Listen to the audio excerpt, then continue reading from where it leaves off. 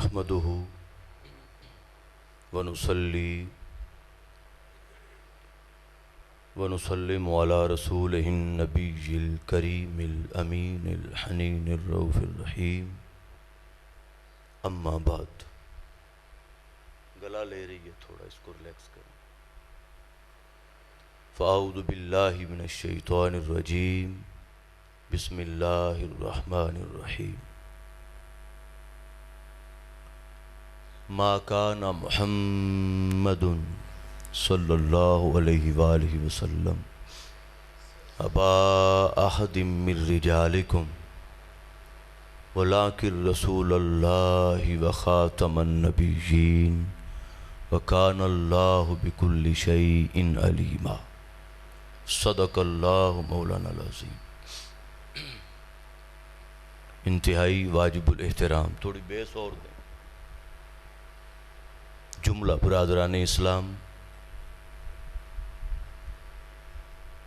عاشقان مصطفیٰ صلی اللہ علیہ وآلہ وسلم، سیٹنگ ٹھیک ہے، بیس تھوڑی دے دیں، سیٹنگ ٹھیک ہے۔ غلامان صحابہ رضوان اللہ تعالی علیہم اجمعین، محبان اہل بیت سلام اللہ تعالی علیہم، جملہ علماء کرام، بزرگان دین، عاشقان مصطفیٰ صلی اللہ علیہ وآلہ وسلم، ثنا خانان مصطفیٰ صلی اللہ علیہ وآلہ وسلم، اور منتظمین مجلس، بالخصوص محترم المقام واجب الاحترام محترم شیخ علی شان قادری صاحب، اور محترم المقام محترم شیخ محمد اسد قادری صاحب، اور پیر طریقت رہبر شریعت پیر سید محمد ظفر اقبال شاہ صاحب گیلانی دامت برکاتہم العالیہ قدس سرہ العزیز۔ اللہ کا شکر ہے کہ جس نے ہمیں حضور نبی اکرم صلی اللہ علیہ وآلہ وسلم کی امت میں پیدا فرمایا، اسلام جیسی عظیم نعمت عطا فرمائی، گرم، اور قیامت والے دن آقا علیہ السلام کی شفاعت کا حقدار بنا۔ آج اپنے گھر میں جمع ہو کر سجدہ ریزی کے بعد اپنے حبیب کا اور اپنا ذکر پاک کرنے کی توفیق عطا فرمائے۔ دعا ہے کہ ہمارا یہاں پہ آنا، مل بیٹھنا، جمع ہونا آقا علیہ السلام کے ذکر پاک کے صدقے اور اس محفل پاک کے صدقے ہر طرح کی پریشانی سے اللہ پاک نجات عطا فرمائے۔ آیہ کریمہ میں نے آپ کے سامنے تلاوت کی، وہ سورہ احزاب کی آیت نمبر 45 ہے، سورت نمبر 33 ہے، آیت نمبر 45۔ اس آیہ مبارکہ کی روشنی میں جو آج کا ہمارا موضوع ہوگا، وہ موضوع ہے آقا علیہ السلام کی شان ختم نبوت۔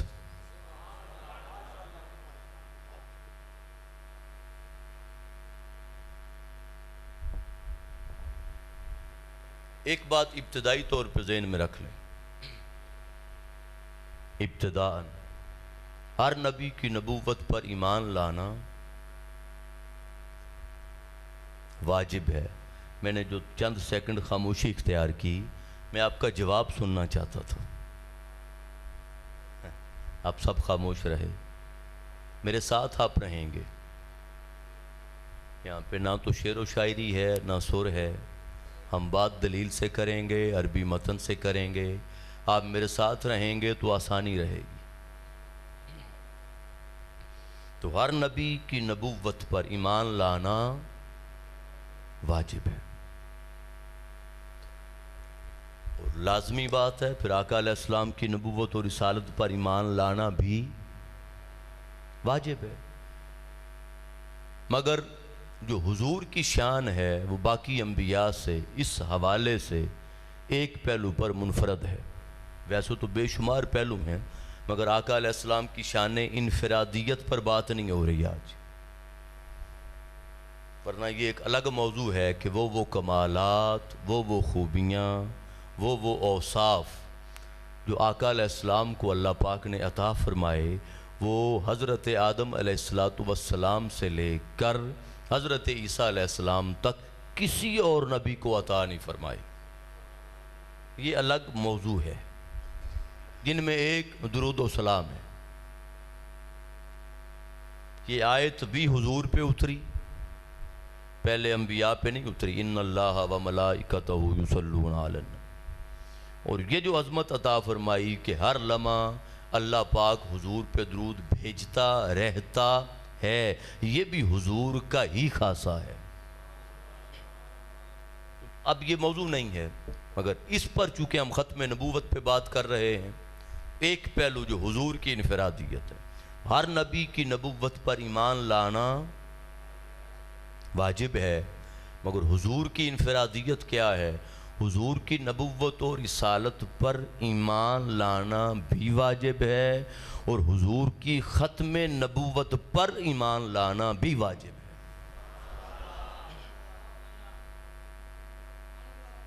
جو حضور کی نبوت پر ایمان لائے، رسالت پر ایمان لائے، اور حضور کو خاتم النبیین نہ مانے، جو حضور کی نبوت تو مان لی، رسالت بھی مان لی، اور آقا علیہ السلام کی ختم نبوت اور سلسلہ انبیاء کو ختم کرنے والے نہ مانے، وہ نبوت اور رسالت کو مان کر بھی مسلمان نہیں ہے۔ ٹھیک ہے؟ تو اسلام کے لیے اور دائرہ ایمان میں داخل ہونے کے لیے حضور کی نبوت اور رسالت پر ایمان لانا بھی ضروری ہے، حضور کو خاتم النبیین ماننا بھی ضروری ہے۔ یہ کسی اور نبی کے لیے نہیں ہے، کیونکہ ختم نبوت کا تاج آپ کے سر پہ رکھا گیا، آقا علیہ السلام کے سر پہ رکھا۔ اب ذرا تھوڑا آیت پہ غور کریں تو فرمایا ما کان محمد ابا احد من رجالکم، فرمایا محمد مصطفیٰ صلی اللہ علیہ وآلہ وسلم تم مردوں میں کسی کے باپ نہیں۔ اتنا حصہ ہے جو اس میں دو چیزوں کی نفی ہے، یاد رکھ لیں۔ ایک تو باپ ہونے کی نفی ہے کہ تم مردوں میں سے کسی کے باپ، یعنی باپ کی نفی کی کہ باپ نہ کہو، اور دوسرا حضور کی ذات اور سراپا کی نفی ہے۔ بھئی باپ ہونے کا تعلق روحانیت کے ساتھ، نورانیت کے ساتھ نہیں، یہ تقاضا وجود اور جسم کا ہے۔ باپ ہونا، بیٹا ہونا، شادی ہونا، اور آقا علیہ السلام کی سنت مبارکہ پر عمل کرنا، اولاد کا ہونا۔ تو جب باپ کی نفی کی تو پھر ذات کی نفی بھی، اور اگر ابتدائی حصہ دیکھیں تو پھر میں ما کان محمد، محمد نہیں ہیں، یہاں بھی نفی ہے۔ اب بات سمجھ رہے ہیں نا؟ آپ کہیں گے کہ یہ کیا ترجمہ ہو گیا بھائی، ایک اور آیت کو ساتھ ملا دیتے ہیں تاکہ شہنشاہ صاحب لگتا ہے اب آ رہے ہیں، تشریف لا رہے ہیں، ماشاءاللہ۔ تو میرا خیال ہے محمود الحسن شاہ صاحب کو بھی پکڑ لانا تھا ساتھ، وہ کہیں اور خطاب فرما رہے ہوں گے۔ سید محمود الحسن شاہ صاحب گیلانی ہم ویلکم کرتے ہیں، خوش آمدید کہتے ہیں، آپ تشریف لائے۔ السلام علیکم۔ ہاں اچھا، اللہ پاک کرم فرمائے، فوتگی پہ گئے ہوئے، ٹھیک ہے۔ ایک اور آیت ساتھ ملا دیتے ہیں تاکہ بات واضح ہو جائے۔ تو قرآن پاک میں فرمایا 4 مقامات ہیں جہاں پہ حضور کا نام آیا ہے قرآن پاک میں۔ آپ یہ تحقیق کیجئے گا، چاروں کا ذکر نہیں کروں گا، تھوڑا عادت ڈالیں سٹڈی کرنے کی، مطالعہ کرنے کی۔ ایک میں ذکر کر دیتا ہوں، باقی تین آپ تلاش کریں۔ ایک یہ پہلے میں نے بیان کر دیا، نفی ابوت، باپ ہونے کی نفی۔ اب ایک اور مقام پہ فرمایا وما محمد صلی اللہ علیہ وآلہ وسلم، محمد نہیں ہیں، نفی کر دی، نفی کی نا، وما محمد، ما نافیہ، محمد نہیں ہیں، تو پھر کیا ہیں؟ تشریف تو لائے، آقا علیہ السلام بھی تشریف تو لائے، ذات کی نفی کی، تو کیا ہیں؟ فرمائے الا رسول، اگر ہیں تو سرتاپا رسول ہیں۔ تو ذات کی نفی کی، منصب کا اقرار کیا، ذات کی نفی کی، عہدے کا اقرار کیا، ذات کی نفی کی، شان رسالت کا اقرار، اس بات کیا۔ کیا وجہ ہے؟ کیا وجہ؟ فرمایا ما محمد، محمد نہیں ہے، ذات کی، سراپا کی، ظاہر کی نفی کی، اور فرمایا ہاں الا، ہاں ہیں، کیا ہیں؟ رسول۔ تو کیا وجہ ہے کہ ذات کی نفی کر دی؟ حالانکہ ذات میں بھی حضور شان بشریت و عبدیت میں تشریف تو لائے، مگر نفی کیوں کی؟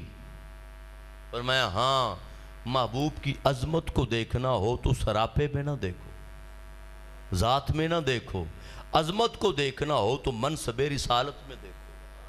مولا وجہ، فرمایا ذات کو دیکھو گے تو پھر ذہن جائے گا کہ ہماری طرح گلیوں میں چلتے پھر نمشی فی الاسواق، وہ کفار کہتے تھے نا، ما نراک الا بشرا مثلنا، ہماری طرح گلیوں میں چلتے پھرتے ہیں۔ تو ذات کو دیکھو گے تو پھر دھیان شیطان اس طرف لے جا سکتا ہے کہ ہماری طرح چلتے پھرتے ہیں، ہماری طرح کھاتے پیتے ہیں، ہماری طرح شادی کرتے ہیں، ہماری طرح اولاد پیدا کرتے ہیں، لہذا معاذ اللہ ہم جیسے ہیں۔ تو ذات کو دیکھو گے تو برابری کا تصور آئے گا، منصب کو دیکھو گے تو او ادنا کی بلندیوں پر بیٹھا پاؤ گے۔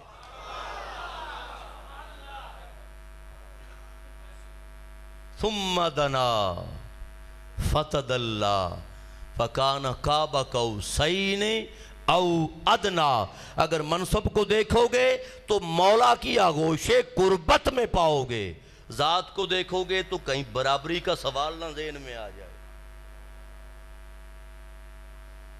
اگر دھیان ذات پہ رہ گیا تو پھر سوال ذہن میں جائے گا کہ خود لکھ لیتے ہیں، گھڑ کے لے آتے ہیں اور آ کے بتا دیتے ہیں کہ قرآن ہے۔ منافقین اور مشرکین اور کفار کہتے تھے یا نہیں؟ کہتے تھے۔ اور اگر دھیان رسالت کی طرف، منصب کی طرف، نورانیت کی طرف، محبوبیت کی طرف رہا اگر دھیان، تو پھر تعریف ہوگی، پوچھا جائے گا کہ قرآن کیا ہے، سوال ہوگا کہ قرآن کیا ہے، جواب یہ ہے محبوب کے لب دیکھو، جب لب ہلے جو ادا ہو وہی قرآن ہے، جو ادا ہو وہی الہ ہے۔ فرمایا وما ینطق عن الہوی، آپ نے شاید کبھی غور کیا یا نہیں، علماء تشریف فرما ہیں، علماء کو سبق سنا رہا ہوں، آپ کو گزارشات کر رہا ہوں، میری کیا اوقات ہے کسی کو سکھانے کی، بتانے کی، کیونکہ میں عالم ہوں نہیں۔ تو کبھی آپ نے غور کیا، یہ نہیں فرمایا وما یتلو عن الہوی کہ محبوب جب بھی تلاوت کرتا ہے اپنی مرضی سے نہیں کرتا، یہ نہیں فرمایا وما یتلو، تلا یتلو، تلاوت کرنا، تلاوت، وما یتلو عن الہوی، جب بھی تلاوت کرتا ہے مرضی سے نہیں کرتا۔ اور یہ بھی نہیں فرمایا کہ وما یقرأ عن الہوی، جب بھی قرات کرتا ہے مرضی سے نہیں کرتا۔ چھوڑ دینا، سیٹنگ کریں، چھوڑ دیں، جب بھی قرات کرتا ہے مرضی سے نہیں کرتا، نہ قرات کی بات کی نہ تلاوت کی بات کی، کہ وما ینطق، جب بھی بولتا ہے۔ انسان کو حیوان ناطق کہا، بولنے والا حیوان، جب بھی کلام کرتا ہے، گفتگو کرتا ہے، وہ وقت جو بھی ہو، وقت جیسا بھی ہو، وہ جلال ہو یا جمال، وہ آرام ہو یا سکون، وہ سفر ہو یا حضر، جب بھی مصطفیٰ کلام کرتا ہے فرمایا ان ہوا، جو کلام کرتا ہے وحی یوحا، وہ اللہ کی وحی ہوتا ہے۔ تو کہا ذات کو دیکھو گے تو پھر اور بڑے سوالات آئیں گے، منصب کو دیکھو گے تو پھر قرآن کیا ہے جو حضور نے لبان مقدس سے ادا کر دیا، وہی کیا ہے جو حضور کی زبان سے ادا ہو گیا۔ اللہ کو کسی نے دیکھا؟ اللہ نے خود کسی کو قرآن بتایا؟ جبریل کو آتے کسی نے دیکھا؟ وحی کا نزول کسی نے دیکھا؟ نہیں دیکھا۔ تو پھر قرآن کی تعریف کیا ہے اور وحی کی تعریف کیا ہے؟ وحی کی تعریف کلام مصطفیٰ، وحی خدا ہے۔ آقا علیہ السلام کا کلام وحی پانی دے۔ اس کو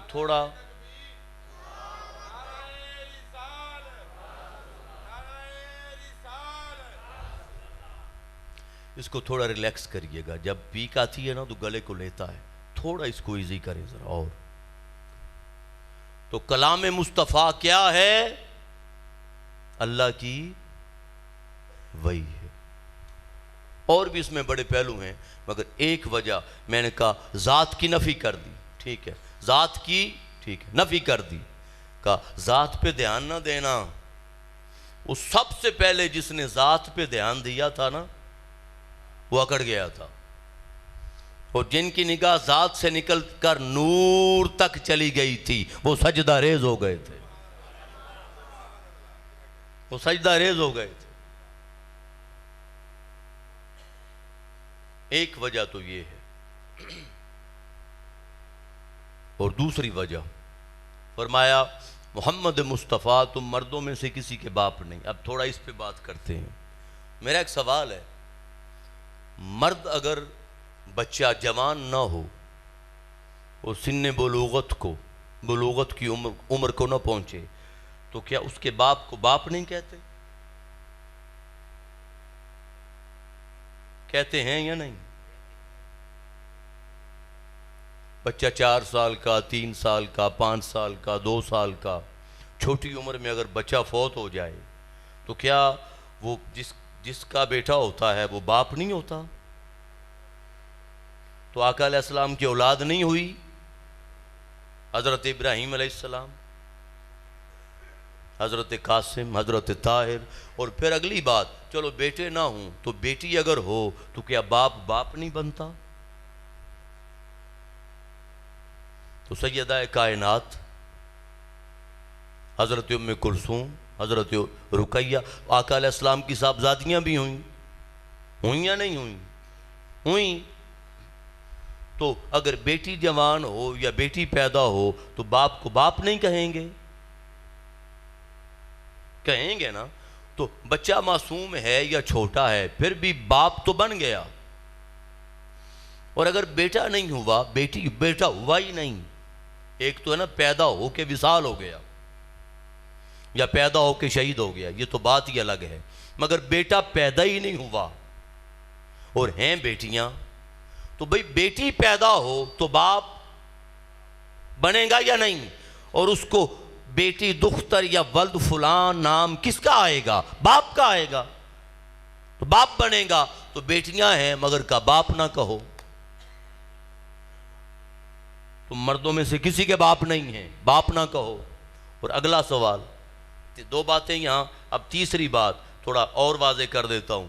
آقا علیہ السلام کی ازواج کو قرآن پاک میں فرمایا ازواجہ امہاتکم، اس کی بیویاں تمہاری مائیں ہیں۔ تو بھئی بیوی ماں کیسے بنتی ہے؟ باپ کے بغیر؟ جب بیوی کو ماں کہہ دیا تو خامد باپ ہو گیا، جب بیوی کو ماں کہہ دیا تو خامد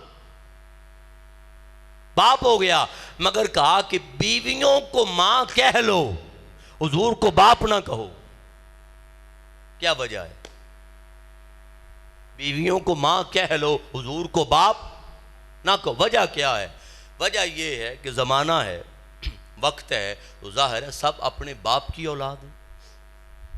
تو بڑی بڑی ہستیاں آئیں گی، حضرت یعقوب علیہ السلام، حضرت ابراہیم علیہ السلام، حضرت اسحاق علیہ السلام، حضرت اسماعیل علیہ السلام، حضرت موسیٰ علیہ السلام، آقا علیہ السلام، حضرت ہارون علیہ السلام، حضرت شعیب علیہ السلام. بڑی بڑی ہستیاں آئیں اور کسی نہ کسی کا کوئی نہ کوئی باپ. پھر آپ اگر اولیاء میں آ جائیں تو حضور غوث پاک کو دیکھ لیں، حضور داتا گنج بخش علی حجویری کو دیکھ لیں، بابا فرید الدین گنج شکر کو دیکھ لیں، کرما والی سرکار کو دیکھ لیں، حضرت شاہ اسماعیل بخاری. آپ اللہ حاضل کے آسم بہاؤالدین نقش بند کو دیکھ لیں، شہنشاہ نقش بند ہیں بہاؤالدین زکریا ملتانی. آپ دیکھیں تو ہر اولاد کسی نہ کسی وقت میں اپنے باپ کی کوئی نہ کوئی تعریف کرے گی.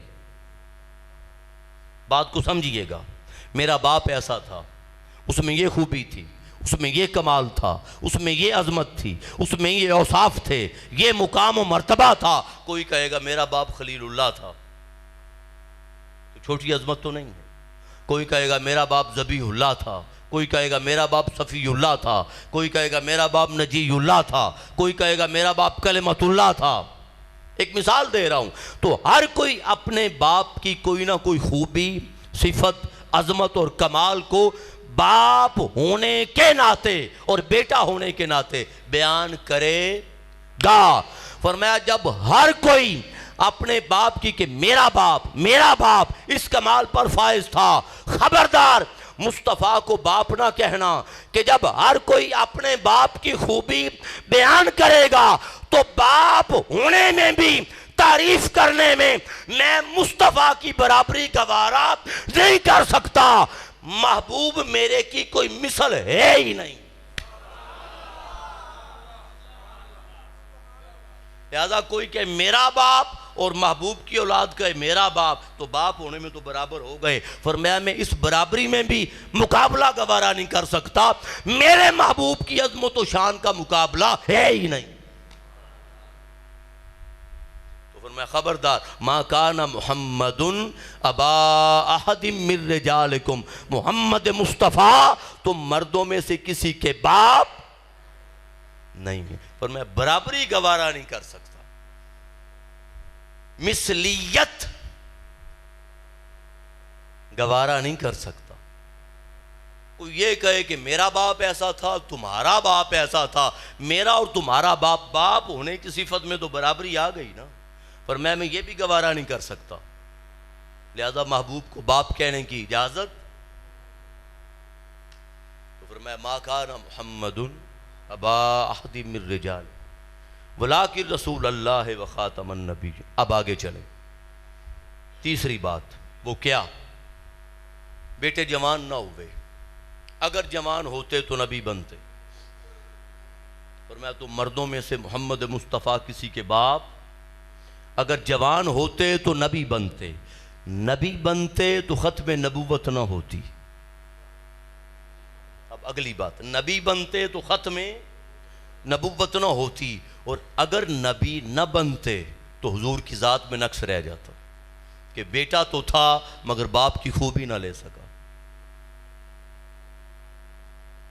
اس کی مثال میں قرآن پاک سے سورہ الزخرف آیت نمبر 81.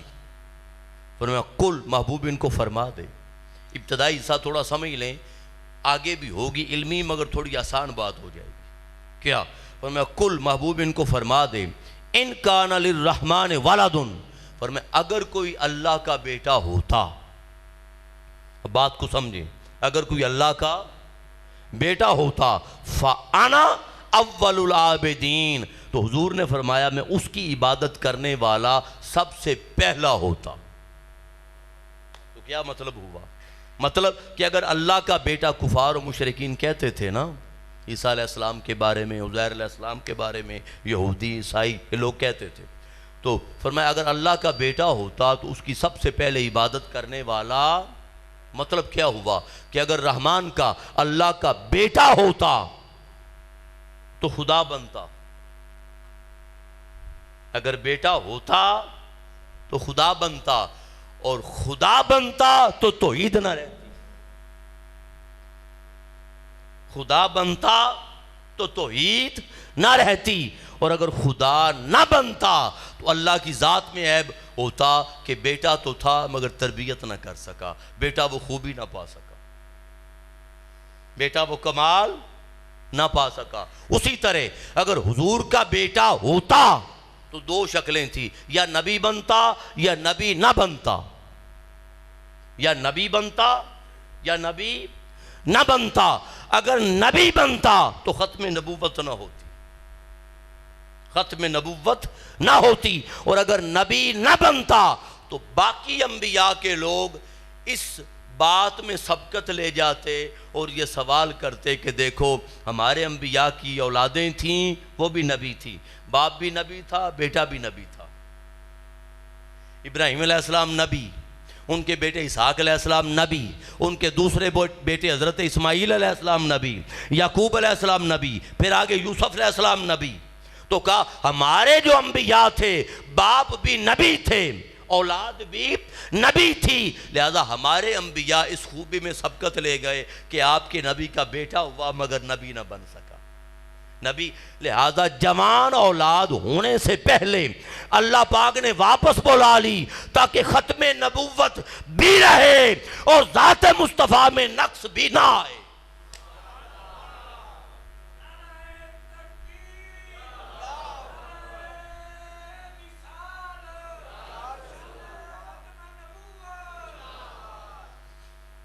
آپ بات سمجھے کہ اولاد کو بلا لیا تاکہ ختم نبوت بھی ہو جائے اور آقا علیہ السلام کی ذات پر کوئی سوال بھی نہ آئے اور عیب اور نقص بھی نہ آئے۔ اب اللہ پاک نے قرآن پاک میں ارشاد فرمایا حضور کو کہ محبوب ذرا ان کو فرما، کل کن کو، یا اہل الکتاب۔ اب سنیں ذرا آگے، اب ترتیب سے چلتے، اے اہل کتاب۔ اب اہل کتاب کون ہے؟ علماء بیٹھے ہیں، اہل کتاب ہم کن کو کہتے ہیں؟